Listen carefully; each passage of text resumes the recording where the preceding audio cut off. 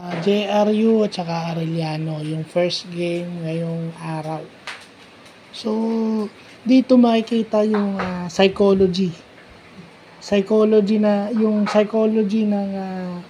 Yung psychology sa isip ng isang varsity o ng isang athlete, no? Kasi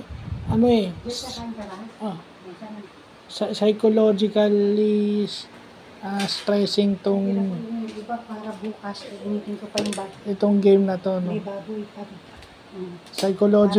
Psychologically nakaka-stress tong game na to. Kasi siso di kita yung laro, siso, wala nagpapatambak, babalik yung kalaban mo, so hindi mo alam.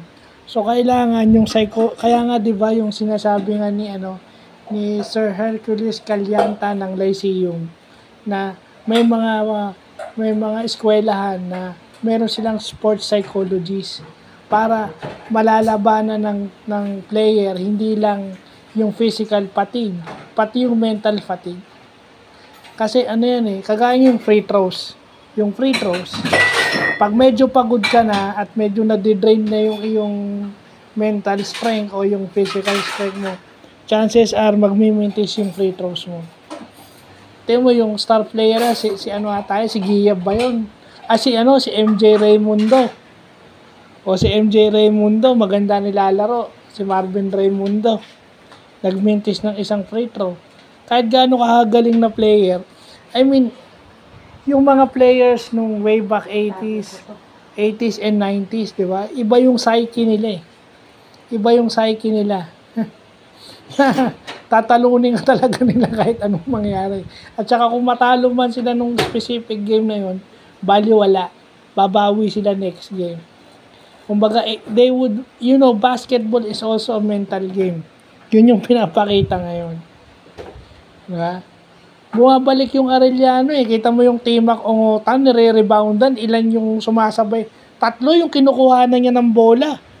So parang nakaka-stress yung kung ikaw mas malaki kay Timac Ongotan. So yun lang yung nakita natin sa Kaya nga, it just so happens na may puhunan na yung JRU kaya sila nanalo. Nakapuhunan ng maaga-aga itong JRU, kumbaga.